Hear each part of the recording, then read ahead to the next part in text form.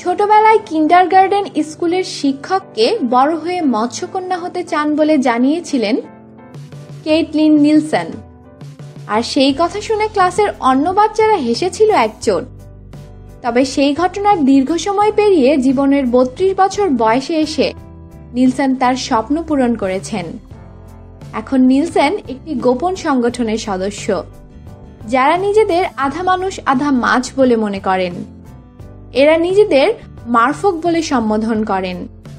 খুব ছোটবেলায় ডিজনির ছবি লিটল মারমেইড দেখার পর থেকেই মৎস্যকন্যা হওয়ার শখ জাগে নিলসনের।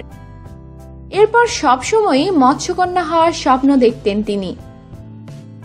আর এই মৎস্যকন্যার জীবন পাওয়ার জন্য সিলিকনের লেজ তৈরি করে নিয়েছেন গোপন সংগঠনটির সদস্যরা। অবশ্য তাদের কাছে এটা লেজের চেয়ে অনেক বেশি কিছু, এটি তাদের জীবনেরই অংশ। এ বিষয়ে নিলসন বলেন, আমার সব সময় মনে হয় আমি একটি ত্রুটি নিয়ে জন্মেছি, আর সেটি হলো আমার পা জোড়া।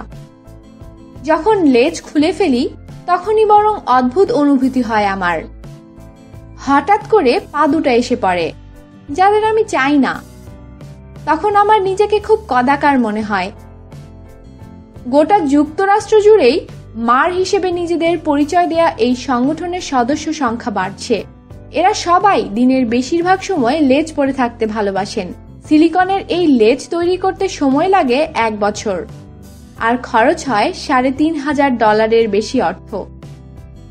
এই লেজ পরেই সুইমিং পুল বা সাগরের পানিতে সাঁতার কাটেন মাররা।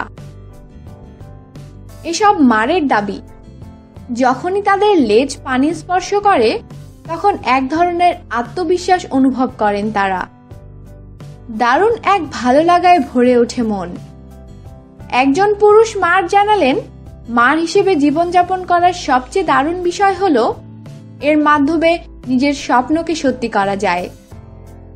স্বপ্নে যেমন করে ইচ্ছা হয় সেটাকে বাস্তবে রূপ দেয়া যায়। যুক্তরাষ্ট্রের এই মাররা একটি নেটওয়ার্কের মাধ্যমে নিজেরা যুক্ত থাকেন। এর মাধ্যমেই পরবর্তী কর্মকাণ্ড ঠিক করেন তারা। শুধু নারীরাই নন, অনেক পুরুষও আছেন এই দলে।